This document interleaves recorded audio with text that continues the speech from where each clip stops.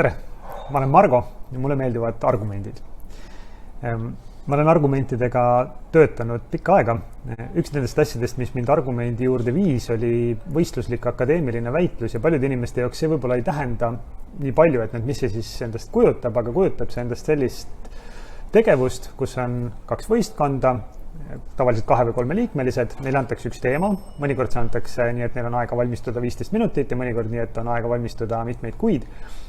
Ja siis teatud aja jooksul, näiteks 5 minuti jooksul või 7 minuti jooksul peavad nad esitama kõnesid selle teema poolt ja vastu ja siis kohtunikud, kes seda väitlust jälgivad, hindavad nii nende argumentide sisukust kui siis seda, kui veenvalt need argumendid olid kõnevormis esitatud.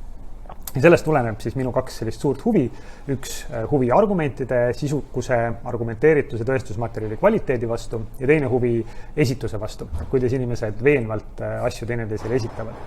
Need on need asjad, mida ma olen õpetanud ka Rocca al Mare koolis õpetajana, kõne ja väitluse valikaine raames, väitlusklubi raames ja nüüd praegu siin teie videovaatajad olete ühed esimesed, kes avalikult minu käest seda kuulevad, aga pärast 7-aastast pausi ma lähen Rocca al Mare kooli tagasi, nii et 1. september saab olema ka minu jaoks uuesti kooli alguse päev. Võtan siis uuesti kõne ja väitluse valikaine raames õpilastega, hakkan nendest teemadest Rocca al Mare koolis koos mõtlema ja arutama. Ja samamoodi on need videod siin, mida me teeme selliseks väljundiks, kuidas lühikeses vormis 7 minutit, nii nagu väitluskõne, rääkida mõningatest teemadest, mis puudutavad argumente, mis puudutavad esinemisi. Kui teile see mõte meeldib, siis pange like, pange subscribe ja kirjutage kommentaarides küsimusi, millele te sooviksite saada vastuseid, mis puudutavad siis argumenteeritust või esinemist, kõnelemist, esitlemist avalikkuses. Täna mõtlesin, et vastan mõnele küsimusele, mida inimesed küsivad, kui ma nendega individuaalselt töötan. Ehk et sellise individuaalnõustamise raames ma aitan inimestel kas saada oma esinemisoskuseid paremaks või valmistuda mõneks konkreetseks esinemiseks. Seal küsitakse sageli selliseid korduvaid küsimusi, et võtsin sealt mõned, et ära vastata. Esimene küsimus, mida küsitakse, on see, et kas on mingi trikk või nipp, kuidas teha niimoodi, et need parimad mõtted ei tuleks pärast esinemist. Et ma teen oma selle kõne või esitluse ära, istun maha, siis läheb 10 minutit mööda või 5 minutit mööda ja siis hakkavad tulema need kõige paremad mõtted, mida tegelikult oleks tahtnud öelda. Et miks ta ei tule mulle selle esinemise jooksul? Üldiselt ei ole avalikult kõnelemises või esinemises mingeid trikke või nippe, on palju harjutamist ja praktikat ja need inimesed, kes tunduvad, et on kuidagi loomulikult suurepärased avalikud esinejad või kõnelejad, seal taga on enamasti väga palju tööd ja harjutamist. Aga see on üks selline koht, kus tegelikult on üks väike trikk ja see trikk on selles, et ei tohi esimest korda kõva häälega rääkida oma kõne või ettekannet siis, kui sa seda juba publikule teed, publiku ees. Tuleb enne läbi rääkida mõned korrad. Ja läbi rääkidamine tähendab siis seda, et sa räägid oma esitlust või kõne selliselt, et sa ise kuuled ennast väliskõrvaga. Mitte niimoodi, et sa mõtled oma peas läbi neid asju, mida sa tahad öelda. Mitte niimoodi, et sa isegi vaikselt kuidagi pobised niimoodi, et sa ainult oma sisemise kõrvaga ennast kuuled, vaid räägid piisavalt kõvasti, et sa väliskõrvaga kuuled ennast. See, kelle pihta sa räägid, pole oluline. Sa võid rääkida peegli pihta, sa võid rääkida vastu seina, sa võid rääkida mõnele kolleegile või sõbrale, täiesti ükskõik. Oluline, et sa ise ennast kuuled, sest see on see, mis käivitab su mõtteprotsessi. Ja kui sa seda oled 2 korda läbi teinud, siis sa kuuled neid asju, mis võib-olla paberi peal kõlasid hästi, et sul on nagu hea mõte, mida öelda, aga sa kuuled, et rääkides see tegelikult ei kõla.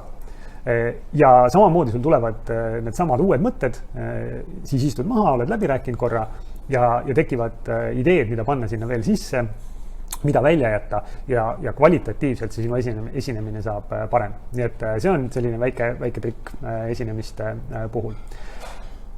Teine küsimus, mis ma mõtlesin, et korraks rääkida, on see, et küsitakse ikka, et kuhu ma vaatan ja kuidas ma oma käsi liigutan, kuhu ma astun, mis häälega ma peaks rääkima, kuidas olla kaasahaarav. Ja siinkohal üks väike lugu.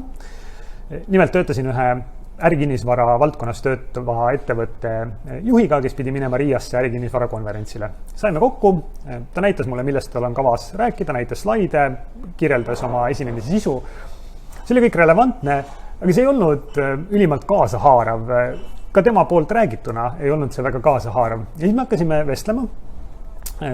Ja siis vestluse käigus tuli välja, et ta oli mõned nädalad tagasi või nagu enne meie kohtumist tulnud tagasi Ameerika Ühendriikidest, kus ta oli käinud sealsete ärikinnisvara arendusettevõtete juures ja vaadanud, kuidas toimub ärikinnisvara planeerimine ja näinud seal virtuaalreaalsuse ja liitreaalsuse erinevate töövahendite kasutamist. Ja kui ta mulle sellest rääkima hakkas, siis tal läks, silmad läksid põlema, hääl läks emotsionaalseks, ta hakkas kätega kaasa kõnelema. Kõik inimeses ütles, et see on asi, mis on tema jaoks äge ja see on see, mis talle meeldib. Ja siis minu sõnum talle oli, et sellest alustagi, seal konverentsil ka, räägi sellest kõigepealt. Ja siis edasi võid minna turuprognooside ja muude nagu ärikinnisvara oluliste teemade juurde, aga see tõmbab käima su enda ja see tõmbab käima siis su publiku ka.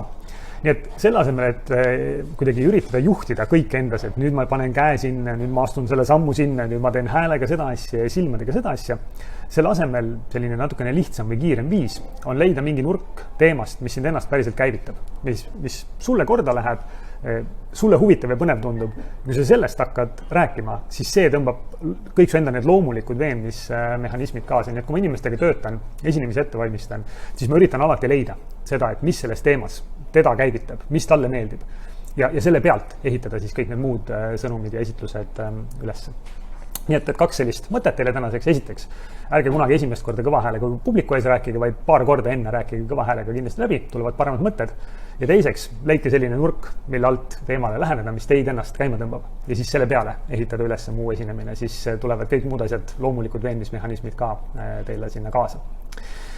Et sellised mõtted siis tänaseks.